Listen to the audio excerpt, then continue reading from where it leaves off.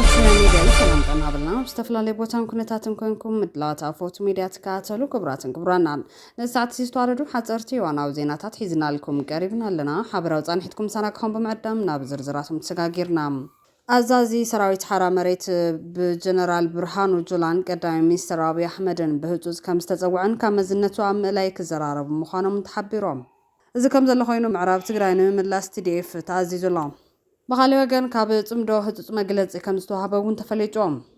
በጀት ካብ አዲስ አበባ ይንጽበን ኣብ ሕግን ስርዓትን እናኣትወሉ ግዜ ክኸውን ይግባእ ክብሉ ዶክተር ደብረጽዮን ገብረ ሚካኤል ገሊጾም ኣብ ትግራይ ከቢድ ሓደጋ ሕጽረት ዝናብ ከጋጥም ከም ዝኽእል ኮሚሽን ኣመራርሓ ሓደጋ ስጋት ትግራይ ኣጠንቂቖም ነዚኣቶም ካልኦት ተገደስቲ ምዕባልታትን ሒዝና ኣለና ምስኣፎት ጽንሖም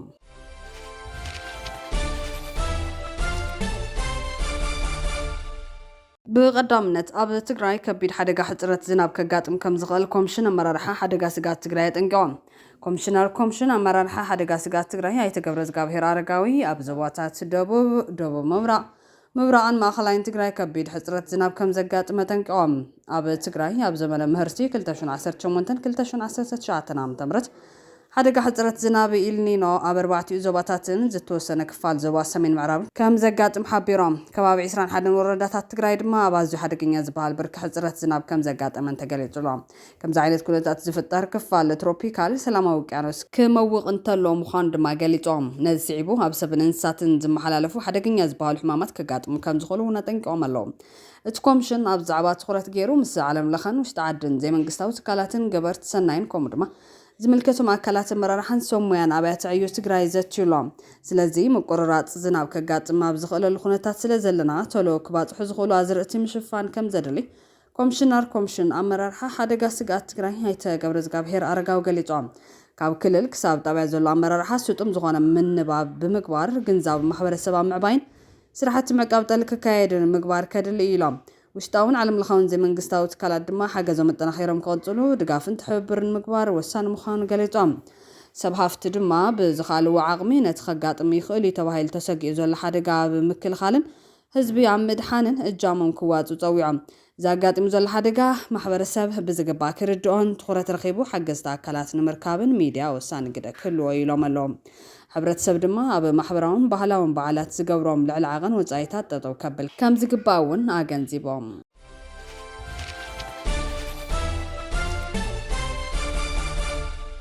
ፕሬዚደንት ኣሜሪካ ዶናልድ ትራምፕን መራሕቲ ኢራንን ንልዕሊ 100 መዓልታት ተሽሓት ሰባት ክቐትል ንዝጸንሐ ኩናት ደው ንምባል ኣብ ስምምዕነት ከም ዝተበጽሐ ገሊጾም ድሕሪ ናይ 108 መዓልትታት ኩናት ኣሜሪካን ኢራንን ተጻቦታት ንምቁራጽ ኣብ ግዜያዊ ስምምዕነት ከም ዘለዋ ሓቢረን ኣለዋ እዚ ድማ ብመጻቦ ሆርሙዝ ኣቢለን ብነጻ መራኸብ ምጓዓዝ 12 ቢልዮን ዶላር ዝግመት ዝተሓረጀ ንብረት ኢራን ምልቃቕን ዝብሉ ዝሓወሰይ እቲ ብመንጎኝነት ፓኪስታን ጋህዲ ዝኾነ ስምምዕነት ኣብ ስዊዘርላንድ ክፍረም ተዳሊሎ ኢራን ወታደራዊ ስርሒታት ከተቋርጽ ምዃና ቴሄራንን ዋሽንግተንን ድማ ነቲ መዘክር ስምምዕነት ንምፍራም መደብ ሒዘን ኣለዋ ኣብ ኣሜሪካ ኣባላት ባይቶ ዲሞክራት ነቲ ስምምዕ ብሓጎስ ዝተቐበልዎ ዋላ እኳ እንተኾነ ንውሳነታት ኩናት ትራምፕ ብትሪ ነቕፍዎ ዓለማዊ ዕዳጋታት ኣዎንታዊ ምዕባለ ድሮከር ዝጀመረ ኮይኑ ዋጋ ነዳዲ ምንቁልቋል ከምኡውን ኣክስዮናት ኤስያ ድማ ወሰኽ ኣርዩ ተባሂሉሎም መራሕቲ ምዕራባውያንን ውድብ ሕብራት ሃገራትን ነቲ ስምምዕ ኣብ ማእኸላይ ምብራቕ ናብ ሰላም ዝወስድ ስጉምቲ ምዃኑን ኢዶም ፕሬዚደንት ኣሜሪካ ዶናልድ ትራምፕን ምክትል ሚኒስትር ጉዳያት ወጻኢ ኢራን ካዛም ጋርባባዲን ትማል ሰንበት ኣብ ዝሃቦ መግለጺ ነቲ ኩናት ንምቁራጽን ብመጻቦ ሆርሙዝ ኣቢሉ ዝግበር ትራፊክ ንግዲ ዳግማይ ንምጅማርን ኣብ ናይ መጀመርታ ስምምዕ ከም ዝበጽሑ ገሊጾም እዮም ትራምፕ እቲ ስምምዕነት ኣሜሪካን እስራኤልን ብ28 ለካቲት ኣብ ልዕሊ ኢራን መጥቃዕቲ ካብ ዝጅምራ እንድሓር ብዓብዩ ተዓጽዩ ዝጸንሐ መጻቦ ሆርሙዝ ኣቢሉ ብነጻ መራኸብ ንክጓዓዛ ዘኽእል ምዃኑ ገሊጾም ትራምፕ ብሰንበት ኣብ ትሩዝ ሶሻል ሚድዩ እቲ ምስ እስላማዊት ሪፐብሊክ ኢራን ዝተገበረ ስምምዕ ሕዚ ተወዲሉ ክብል ጽሒፎም ኣሜሪካን ኢራንን መጻኢ ዓርቢ ኣብ ስዊዘርላንድ ናይ ምርድዳእ ስምምዕነት ክፈራረማ ምዃንን ከም መንጎኛ ኮይኑ ዝሰርሐ ቀዳማይ ሚኒስተር ፓኪስታን ገሊጾም ሎሚ ሰኒ ኩናት ካብ ዝጅምር 108 መዓልትታት ዝወፀረ ኮይኑ ኣሜሪካን እስራኤልን ኣብ ልዕሊ ኢራን ብዘካይዶ መጥቃዕቲ ጀሚሮም ድሕሪ እቲ ሰሙናት ዝቐጸለ ጽዑቕ ድርድር ኢራን ናብ ስምምዕ እንተዘይበጺሓ ሓድሽ ዝሓየሉ መጥቃዕትታት ከም ዝፍጽም ትራምፕ ኣብ ዘፈራርሐሉ ህሞት እዩ ትስፉ ምዕባለ ተሰሚዑ ዘሎ መጻቡ ሆርሙዝ ዳግማይ ክኽፈት እዩ ፍርቂ ወግዓዊ ማዕኸን ዜና ኢራን ምህር እትረቂቕ ስምምዕ ብመሰረት ምድላዋት ኢራን መጻወ ሆርሙዝ ኣብ ውሽጢ 30 መዓልታት ዳግማይ ክኽፈት ዝጽውዕ ምዃኑ ገሊጾም። ትማል ሰንበት 80 ዓመት ዕድመ ዝመልኦ ትራምፕ እቲ ስምምዕ ኣሜሪካን እስራኤልን ብ28 ታሕሳስ ኣብ ልዕሊ ኢራን መጥቃዕቲ ካብ ጅምራ እንድሓር ብዓብዩ ተዓጽዩ ዝጸንሐ መጻወ ሆርሙዝ ኣቢሉ ብነጻ መራኸቢ ንክጓዓዝ ዘኽእል ምዃኑ ገሊጾም።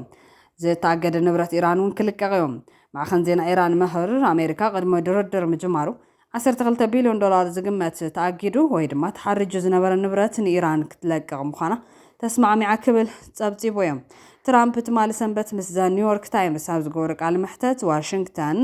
ኢራን ን20 ዓመታት ምህፍታም ባእታ ዩራንየም ደው ከተብሎ ድያ ኣይተብሎን ገና ኣብ ድርድር ከም ዘላ ገሊጾም። ትራምፕ ን15 ዓመታት እገዳ ኣብ ልዕሊ ኢራን ክቋረጽ ከም ዝኽእል ኣተንቢዩ እኳ እንተነበረ ብመንገዲ ወግዓዊ መግለጺ ክዝረበሉ ከም ዘይደሊ ግን ገሊጾም። ሰክሬታርያት ላዕለዋይ ቤት ምኽሪ ሃገራዊ ድሕነት ኢራን ናብ ሎሚ ዘወግሕ ለይቲ ኣብ ዝሃቦ መግለጺ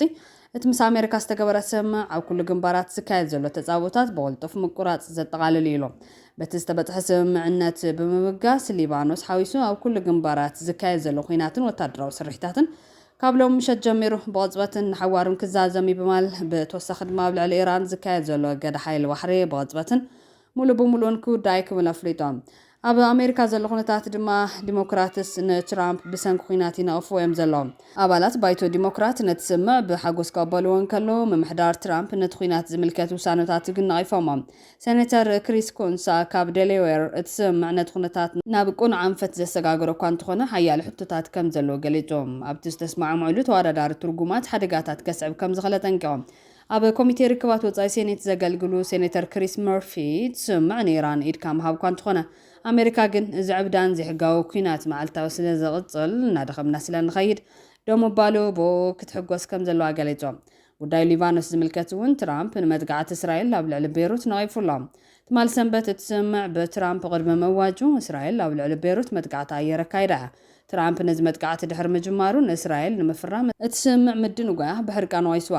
ትራምፕ ምስ ማዕኸን ዜና ኣሜሪካ ኣክሲዮስ ኣብ ዝገበሮ ናይ ቴሌፎን ቃለ መሕተት ብዛዕባ ቀዳማይ ሚኒስተር እስራኤል ቤንጃሚን ኔታንያሁ ኣዝየ ተቆጢዐ ነይረ ኣፍሊጠዮ ኣለኹ ክብል ተቆጢዑሎም። መራሕቲ ምዕራባውያን ነቲ ስምምዕ ንኢዶም ኣለዉ። ቀዳማይ ሚኒስተር ዓባይ ብሪጣንያ ኬር ስታርመር ኣብ መንጎ ኣሜሪካን ኢራንን ዝካየድ ተወሳኺ ቴክኒካዊ ዘረረብ ንምሕጋዝ ድሉ ምዃኑ ብምግላጽ ዳግማይ ምኽፋት መጻወ ሆርሙዝ ዕዳጋታት ጸዓት ከረጋግዕ ተስፋ ከም ዘለዎ ገሊጾም። ፕረዚደንት ፈረንሳይ ኢማኑኤል ማክሮን እውን ነቲ ስምምዕ ብምናድ ፓሪስ ንመንግስቲ ሊባኖስ ክትድግፍ እያ ኢሎም። ሓላፊ ሕብረት ኣውሮፓ አንቶኒዮ ኮስታ ኣብ መንጎ ኣሜሪካን ኢራንን ኩናት ማእኸላይ ምብራቕ ንምቁራጽ ዝተገበረ ስምምዕ ብሓጎስ ብምቕባል እቲ ውድብ ኣብ ስትራቴጂ ዘለቐ ሰላም ኣበርክቶ ንምግባር ድሉ ምዃኑ ገሊጾም።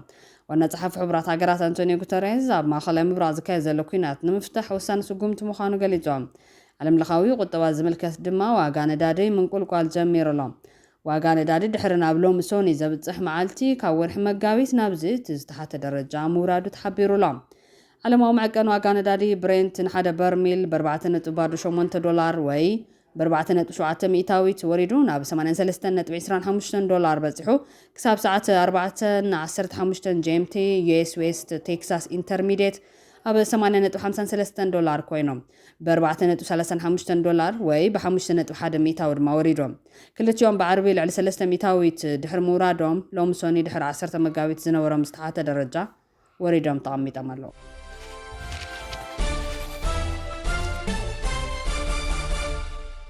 በጀት ካብ ኣዲስ ኣበባ ኣይንጽበን ናብ ሕግን ስርዓትን እናተወሉ ግዜ ክኸውን ይግባእ ክብሉ ዶክተር ደብረጽዮን ገብረሚካኤል ገሊጾም። ዶክተር ደብረጽዮን ገብረሚካኤል ነዚ ዝገለጹ ቢሮ ልምዓትን ከተማን ኮንስትራክሽንን ናይ ወርሒ ሰነን ሓምለን ቀጸልቲ መደባቱ ጠሚቱ ምስ መዳርግቲ ኣካላት የካይዱ ኣብ ዘሎ መድረኽ ምልዓዓል እዮም። ብኹናት ዝዓነዋ ከተማታት ትግራይ ድሕሪ ውዕሊ ፕሪቶርያ እውን እንተኾነ ዳግሚ ሕወይትን ህንፀትን ዘይተረጋገጸሉ ኣብ ወሃባ ግልጋሎት ግዕዚናን ብልሹ ኣሰራርሓን ዝተስፋሕፈሐሉ ውሱናት ኣካላት ከም ድላዮም ዝኾኑሉ ህዝቢ ዝሳቀየሉ ከይዲ ምህላው ብምምልካት ኣመዛዘሚ 2018 መጀመሪ 2019 ዓ.ም ኮይንካ እውን ሓፂር ትልሚ ብምውፃእ ብሓድሽ መንፈስ ስራሕቲ ምውጋን ከም ዘድሊ ገሊፆም። ኣብ ሓደጋ ህልውና ድሕነትን ኣለና ዝበሉ ዶክተር ደብረጽዮን ገብረሚካኤል ካብ መንግስቲ ምርግጋጽ ላዕላውነትና ቁልፊ ትኩረትና ጌርና ግዕዚና ምቅላስ በብዓውዱን ህዝብና ስሉጥ ሕጋውን ፍትሓውን ግልጋሎት ከነረጋግጽ ይግባእ ኢሎም። ብልሹ ኣሰራርሓ ምቁፅጻርን ስርዓት ኣብ ምትሓዝን ኩሉ ክረባረበሉ ከም ዝግባእ ብምትሕሳብ ድማ ኣብዚ ሓፀረ ግዜ ለውጢ ምፂና ኣወሃባ ግልጋሎትና ንህዝቢ ብዝጠቅም መንገዲ ክስራሕ ይግባእ ኢሎም። ዝፈታኒ ግዜ ተሓጋጊዝና ፀገምና ነቃልለሉ ዓርሰ ምርኮሳና ኣበሪኽና ንሰግራሉ ውሽጣውን ግዳማውን ዕንቅፋታት በዲህና ዝተለመደ ኣሰራርሓ ቀይርና ጋዚናን ዘይሕጋዊ ስራሕቲ ተቃሊስና ሃፍትናን ንብረትናን እንጥቀመሉ መኸተና ንዕውተሉ ናብ ሕግን ስርዓትን እናተወሉ ግዜ ክኸውን የገባ ኢሎም ኣብድና ዘሎ ውሽጣዊ ሃፍትናታት ተጠቒምናሉ ደሞዝ ሰራሕተኛታት መንግስቲ ካብ ምኽፋል ሓሊፉ ካሊውን ክሽፍን ዝኽእል ዓቕሚ ኣለና በማል እዚ ሃፍቲ ግን መጥቀሚ ግለሰባት ካብ ምዃን ንክወፅእ በብኸባቢና ክንሰርሐሉን ኣማዕሉ ከነውዕሎን ይግባእ ክብሉ ኣገንዚቦም ሓላፊ ቢሮ ልምዓት ከተማን ኮንስትራክሽንን ናይቲ ዓለም ገብረ ዋህድ ብወገኖም ፍሉይ መደብ ከተማታት ትግራይ ወፂኡ ናብ ተግባራዊ ስራሕቲ ንምእታው ናይ ወርሒ ሰነን ሓምለን ቀጻልቲ መደባት መፈለሚ ምልዓል መድረኽ ከተማታት ምዃኑ ኣብርዮም ኣብቲ መድረኽ ከንቲባ ምምሕዳር ከተማ መቐለ ዶክተር ረዳ በርሓዊቱ ኣመሓደርቲ ወረዳታት ከንቲባ ከተማታትን ኣመሓደርቲ ቤት ማዘጋጃታት ትግራይን መዳርግቲ ኣብያተ ዕዩ እናተሳተፉ ይርከቡ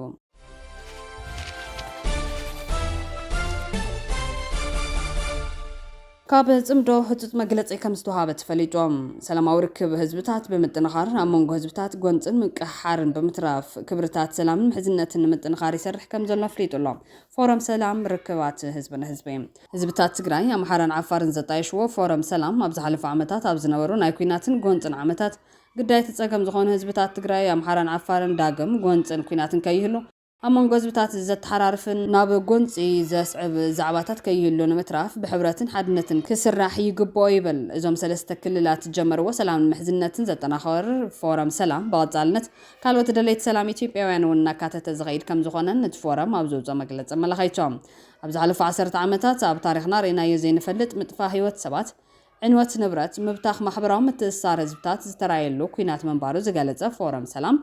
መንግስትን መዳርግቱን ዓርሱ ፖለቲካዊ መኽሰብ ንምርካብ ክብል ህዝብን ህዝቢ ብሽርሒ ክፈላለን ሕድሕዱ ብጎንፂ ክዳመን ዝተገበረሉ ፍጻመ ተራእዩ ክብል ይገልጽ ፎረም ሰላም ግዳይ ተጸገም ዝኾኑ ኣባላት መስረት ፎረም ሰላም ካብ ትማሊ ትምህርቲ ብምውሳድ እቲ ንዘበናት ብፍቕሪ ሓድነትን ምሕዝነትን ተኸባቢሩ ዝመፀ በዓል ብዙሕ ታሪክ ህዝቢ ዳግም ናብ ጎንፅን ኩናትን ዘእቱ ነገር ከይኑ ኣብ ዘቃሕሩን ዘፈላለዩን ዛዕባታት ብሰላም ብምርድዳእ ንምፍታሕ ሕጋዊ ከይዲ ፍትሒ ክዓስልን ናብ ንቡር ምሕዝነት ንምምላስ ፎረም ሰላም ኣብ ውሽጢ ዓዲ ምስ ዝሰርሖ ስራሕ ብተወሳኺ በዚ ህዝብና ኣብ ዝነብረለን ኣብ ወፃኢ ዓድታት ዘለዎ ወገናትና እውን ኣብ ሰናይ ተግባር ብዕቱብ ክነጥፉ ፀዊዖም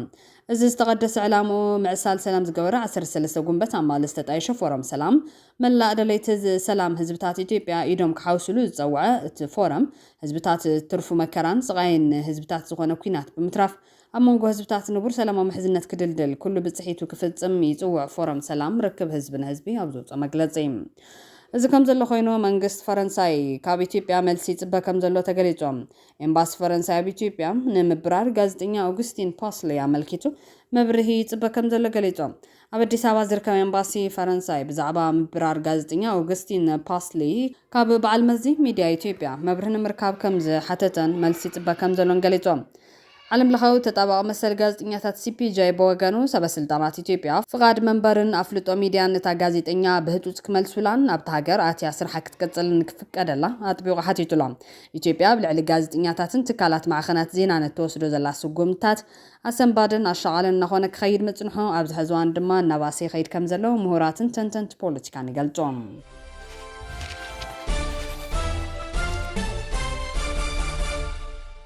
አዛዚ ሰራዊት ሓራ መሬት ብጀነራል ብርሃኑ ጁላን ቀዳማይ ሚኒስትር አብይ አሕመድን በህጹጽ ከም ዝተጸውዐን ካብ መዝነቱ ኣብ መላይ ክዘራረቡ ምዃኖም ተሓቢሮም አዛዚ ሓራ መሬት ዘለዎ ዕጡቃት ጀነራል ወዳን ጥሩ ኣብ ዝቕጽሉ መዓልታት ምስ አብይ አሕመድን ጀነራል ብርሃኑ ጁላን ክራኸብ ምዃኑ ተፈሊጦም ጀነራል ጻድቃን ወዳን ጥሩ ካብ ሓላፍነት ክእለ ድሌት ከም ዘለዎን ድሮ ናብ አብይ ኢሌልና ዝብል ሕቶ ቀሪቡ ከም ዘሎ ተፈሊጦም እቲ ጀነራል ድሕርቲ TDFን TPFን ናብ ምርድዳእ ክመጹ ምጽውዕ ምዃኑ ዘራራቢ ኮይኑሎም እቲ ጀነራል ናብ ትግራይ ጸገማት ህዝቢ ትግራይ ዘጋድድ ዘሎን ስልጣን ተቆጻጺሩ ነቲ ህዝቢ ዝቐትልን ዘሳድድን ዘሎ TDF ዝበለ ኮይኑ ተስተዓጠቀ ሓይሊ መበገስ ዕላማ ቃልሱን ጎን ገዲፉ ንሓደ ጨቋን ጉጅለ ስልጣን ክብል ንገዛ ህዝቡ ዘጋፍዕ ዘሎ ሓይሊ ክብል ከስሶም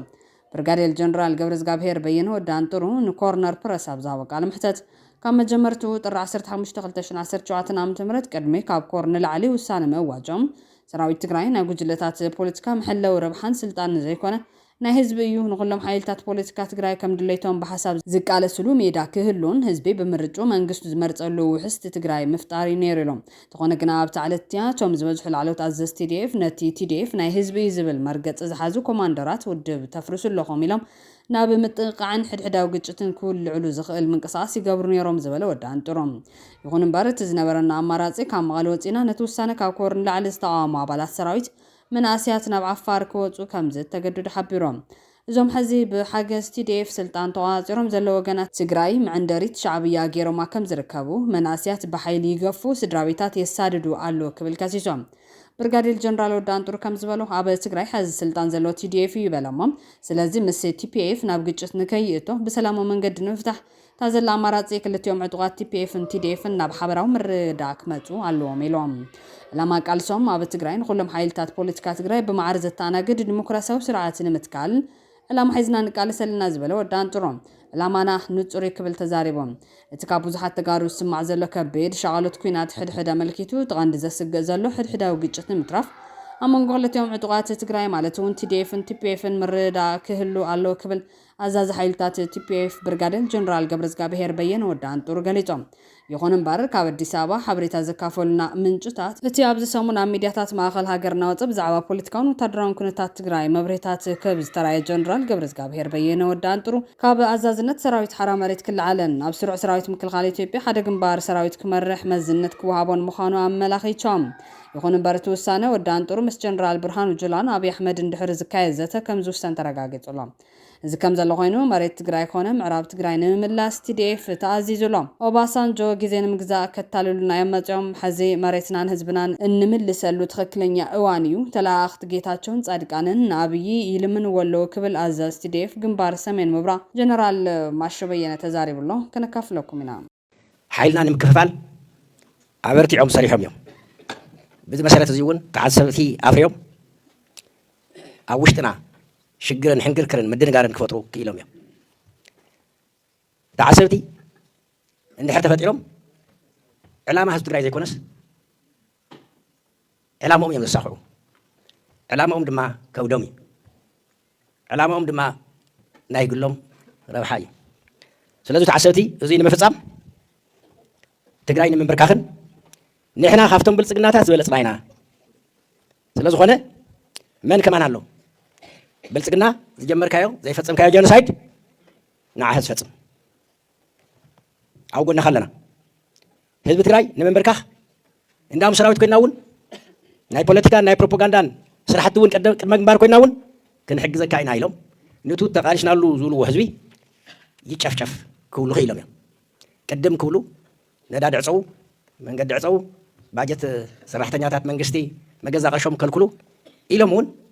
عبي ممخر زكايد يوم سلازي اتنا كايدو زلنا